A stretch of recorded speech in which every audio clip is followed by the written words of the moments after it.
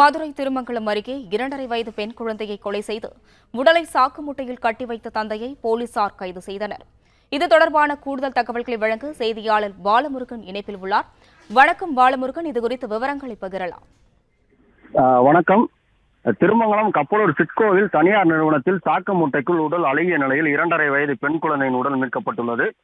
கொலையை மறைத்து நாடகமாடிய தந்தை போலீசாரால் கைது செய்யப்பட்டிருக்கும் சம்பவம் பெரும் பரபரப்பை ஏற்படுத்தியிருக்கிறது. மனைவியுடன் ஏற்பட்ட கருத்து வேறுபாடு காரணமாக மகளை கொன்று தான் பணிபுரிந்து வரும் இடத்திலேயே சாக்கு மூட்டையில் மறைத்து வைத்திருந்து அங்கேயே 2 நாட்கள் பணியில் ஈடுபட்ட சம்பவம் அப்பகுதியில் பெரும் பரபரப்பை ஏற்படுத்தியிருக்கிறது. விருதுநகர் மாவட்டம் மத்திராப்பு அருகே உள்ள கோட்டையூர் சேர்ந்தவர் கடற்கரை. அவரது மகன் பாண்டி செல்வம் வயது 26, இவரது மனைவி வனிதா 24. இத்தம்பதிக்கு திருமணமாகி 5 ஆண்டுகள் ஆகிறது. இந்த நிலையில் இவர்களுக்கு 2.5 வயதில் பார்க்கவி என்ற பெண் குழந்தை ஒன்று உள்ளது.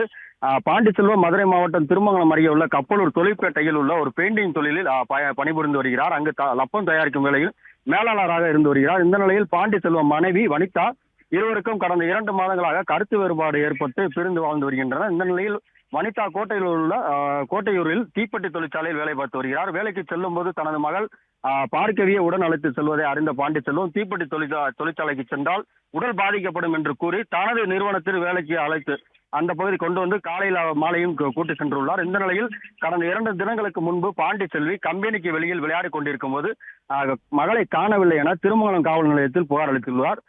பிளே ஸ்டோர் மற்றும் ஆப் ஸ்டோரில் இருந்து பாலிமர் செயலியை QR கோடு மூலம் பதிவிறக்கம் செய்யுங்கள்.